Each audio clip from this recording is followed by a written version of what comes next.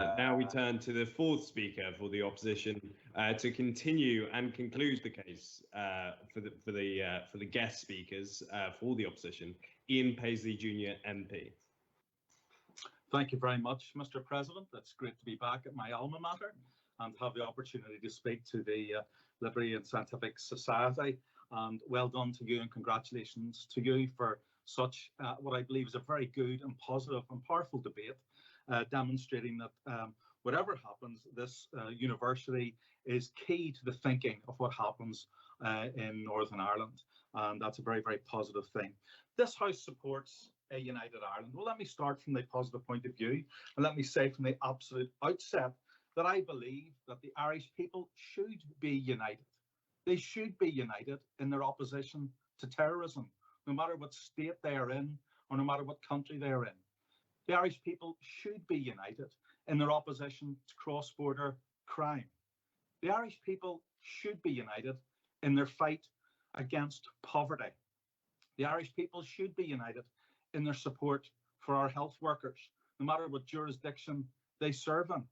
The Irish people should be united and must be united in our support for this planet and making it a better place. Yes, Mr. Chairman, Mr. President, we can be united, and we can be united people from all over this island and indeed from over this globe without having to insist on a new national territory or a new frontier. I mean, it's an awfully juvenile argument in this 21st century about which the proposition proposes that you have to be part of our club if you want to be united on all of these positive things that affect the daily lives of people, no matter what background they're from or what community they're from or what state or jurisdiction they live in. And, you know, it's I believe it's an awfully Irish thing to have the view that we must be united in one single state. I think that's actually wrong. And I wish to look at the argument tonight and the question tonight from three perspectives. The first one, is there a deserving case for a united Ireland economically and socially? And we've heard some arguments tonight about the economy, and we measure these matters by living standards of our peoples that currently exist in Northern Ireland versus those that exist in the Republic of Ireland. Many measures we could take to do this. They could be short-term or immediate issues, or they could be long-term trends. But let me deal with some immediate issues. First of all, the handling of vaccinations at the present time. Northern Ireland is part of the United Kingdom. Its arrangements in terms of the vaccination is amongst the best in the world. Almost 35% of our population has received the vaccine. By contrast, the Republic of Ireland is stuck at a stubborn 6.5%. We've even witnessed in the last month, in January, how the European Union would have even taken vaccines from Northern Ireland and given them to other parts. On a point of order. Point of order. Yes. Or a point of information. Point of information. My apologies with the ignorance of the format. Thank you very much. Just on two very brief explanations, and thank you for taking the point. Firstly, I'm wondering, are you referencing first doses or first and second doses given?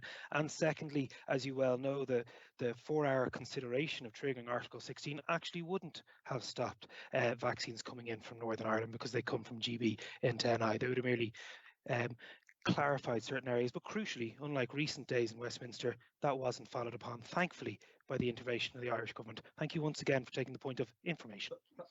Thank you, Niall. And so, of course, the issue about the triggering of Article 16 was about intent. It was the intention to do it and the fact that it was actually done. Thankfully, the fact, if you're on the position of being pro the protocol, it was stopped in its tracks. But the point was the intent was there. Let's look at Northern Ireland has benefited from being part of the Union over the last 12 months during this time of world crisis. 250,000 jobs in the last 12 months have been protected through the job retention scheme. 250,000 jobs in Northern Ireland. Just a moment, let me make this point and then I'll take your point. 250,000 jobs protected through the job retention scheme. 210,000 people assisted through the self-employment income support grant, and 39,000 businesses helped by the loan guarantee scheme operating in Northern Ireland. These schemes point to the benefit of Northern Ireland being part of the 5th largest economy in the world. And of course, I'll take your point. Thank you, Ian, for taking my point. I truly believe that it is insulting to those who have lost a loved one, or to those who have long COVID and long-lasting effects from their illness across the entire Ireland, to say that partition has served them well in this pandemic. After all, if an all-Ireland approach was taken to COVID and to the COVID management, we would have seen numbers similar to New Zealand, given the fact that we have similarities within our geographical characteristics and our demographic characteristics. We could have used the sea border, for example, to stop immigration through and out the island, and then we could have also used the United Front to enforce travel, similar to what is being proposed now throughout the border. That could have been proposed in between UK and within the EU. Thank you. Thank you for your point. But it is the medium to long-term economic and social trends that I believe tell the real story and answer the question that is in front of the House tonight about a united Ireland. Is it deserving of our acceptance and of all of our acceptance? Can I put it to you like this?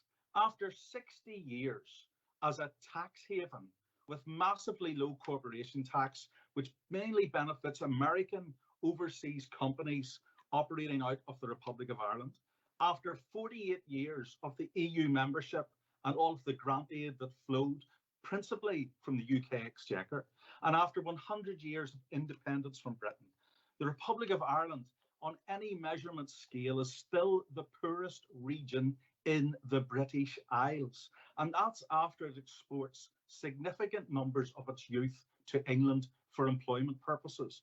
The Republic of Ireland is today exactly where it would have been and where it was 100 years ago at the point of independence.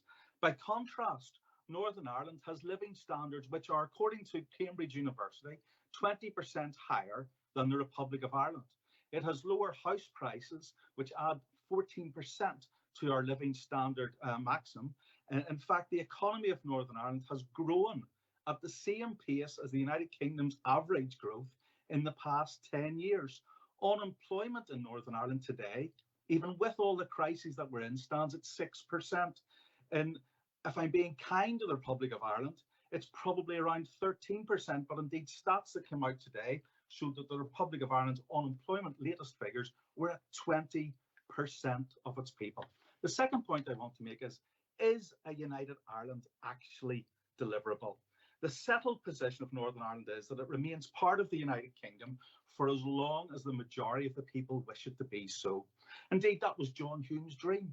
Tearing it up now, and hearing advocates from the SDLP wishing to tear up that settled position seems an awfully strange position to want to be in. But let's take the point a little bit further. 35 years, just a moment, let me take the point further. 35 years ago, when I was a teenager growing up, listening to the sound of the Boomtown Rats, punctuated by the noise of IRA bombs going off in the city I grew up in, I was told a united Ireland is just around the corner. Indeed, the big slogan in one of the elections was just one more push. Northern Ireland was seen as a place, even then, with 60% of a unionist population, yet it was in danger of trundling and falling into United Ireland. Yet today, even with all the demographic changes that people have argued about tonight, mostly, I would say, overplayed by wishful thinking nationalism, the most recent poll produced by Comrades last week and published by ITV in England showed that 57% of the people want to remain in the United Kingdom. So after 35 years, after a generation of this, with all the campaigning, the needle has barely moved. Hardly a case for deliverability. In fact, the biggest concern of those who have been polled is that who would actually pay for this United Ireland, and indeed would it bring back conflict? I would say to nationalists, you have a lot of work to do given the failure of the last 35 years. My final point, Mr. President, is this: is a United Ireland diverse and embracing? A very powerful argument has been presented tonight about how diverse it actually is. But I must say, looking at the two panels tonight, the Unionist panel is far more diverse. Roman Catholic, Protestants, gay, straight, male, female, left and right, young and old. The pro-United Ireland panel tonight, I would suggest, Mr. Chairman, is much more homogeneous in its identity, and I would urge those who wish to attract a diverse Northern Ireland into this new Ireland, you better get a wee bit more diverse yourself. Nationalism and Republicans have not made a welcoming case to unionists. The leader of the SDLP recently tweeted that one of the voices of unionism, one of the elected representatives of unionism, I quote, is nothing but a prick. That was his description of a unionist representative. If that's how a leader of a nationalist party describes another leader of a unionist party on a political forum, what hope is there for ordinary unionists across Northern Ireland if that's how they're going to be treated and that's how they're going to be spoken to?